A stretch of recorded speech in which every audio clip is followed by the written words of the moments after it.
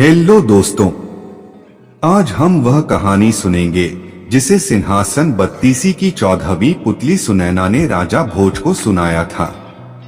आइए शुरू करते हैं।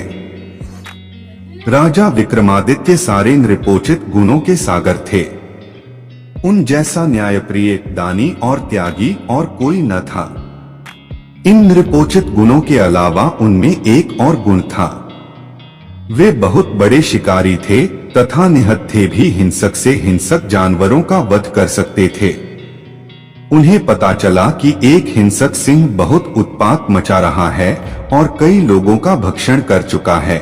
इसलिए उन्होंने उस सिंह के शिकार की योजना बनाई और आखेट को निकल पड़े। जंगल में घुसते ही उन्हें सिंह दिखाई पड़ा और उन्होंने सिंह के पीछे अपना घोड़ा दौड़ा दिया। वह सिंह कुछ दूर पर एक घनी झाड़ी में घुस गया। राजा घोड़े से कूदे और उस सिंह की तलाश करने लगे। अचानक सिंह उन पर झपटा तो उन्होंने उस पर तलवार का वार किया। झाड़ी की वजह से वार पूरे जोर से नहीं हो सका, मगर सिंह घायल होकर दहाड़ा और पीछे हटकर घने वन में गायब हो गया। वे सिंह के पीछे इतनी तेजी से भागे कि अपने साथियों से काफी दूर निकल गए। सिंह फिर झाड़ियों में छुप गया। राजा ने झाड़ियों में उसकी खोज शुरू की। अचानक उस शेर ने राजा के घोड़े पर हमला कर दिया और उसे गहरे घाव दे दिए। घोड़ा भय और दर्द से हिनहिनाया तो राजा पलटे। घोड़े के घावों से खून का फव्वारा फूट पड़ा। राजा ने दूसरे हमले से घोड़े को तो बचा लिया, मगर उसके बहते खून ने उन्हें चिंतित कर दिया। वे सिंह से उसकी रक्षा के लिए उसे किसी सुरक्षित जगह ले जाना चाहते थे, इसलिए उसे लेकर आगे बढ़े। उन्हें उस घने वन में दिशा का बिल्कुल ज्ञान नहीं रहा। एक जगह उन्होंने एक छोटी सी नदी बहती देखी। वे घोड़े को लेकर नदी तक आए ही थे कि घोड़े ने रक्त अधिक बह जाने के कारण दम तोड़ दिया। उसे मरता देख राजा दुख से भर उठे।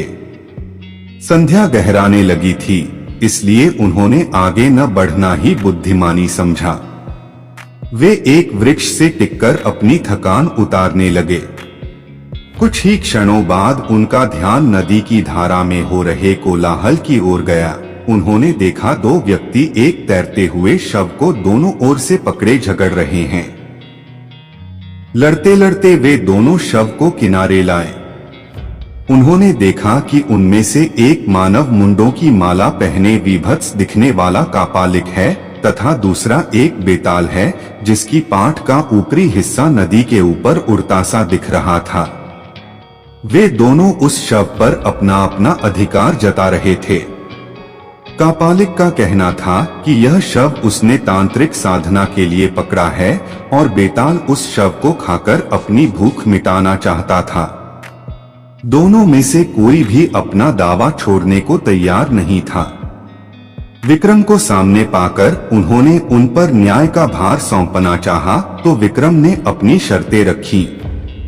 पहली यह कि उनका फैसला दोनों को मान्य होगा और दूसरी कि उन्हें वे न्याय के लिए शुल्क अदा करेंगे।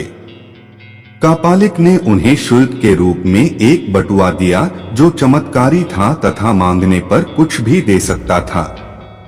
बेताल ने उन्हें मोहिनी चंदन काष्ठ का टुकड़ा दिया जिसे घिसकर लगाकर अदृश्य हुआ जा सकता था।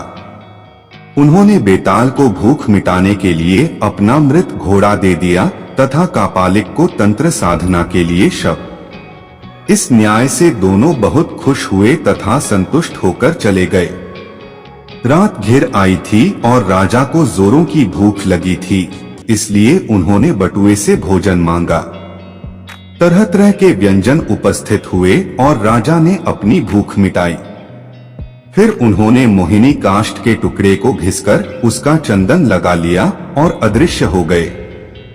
अब उन्हें किसी भी हिंसक वन्य जंतु से खतरा नहीं रहा। अगली सुबह उन्होंने काली द्वारा प्रदत्त दोनों बेतालों का स्मरण किया तथा अपने राज्य की सीमा पर पहुंच गए। उन्हें महल के रास्ते में एक भिखारी मिला जो भूखा था। राजा ने तुरंत कापालिक वाला बटुआ उसे दे दिया ताकि जिंदगी भर उसे भोजन की कमी न हो। अगले दिन अगली पुतली की कहानी हम अगले एपिसोड में सुनेंगे दोस्तों। आप इसी तरह कहानी सुनते रहे, खुश रहे और हमारा चैनल जरूर सब्सक्राइब कर ले। धन्यवाद।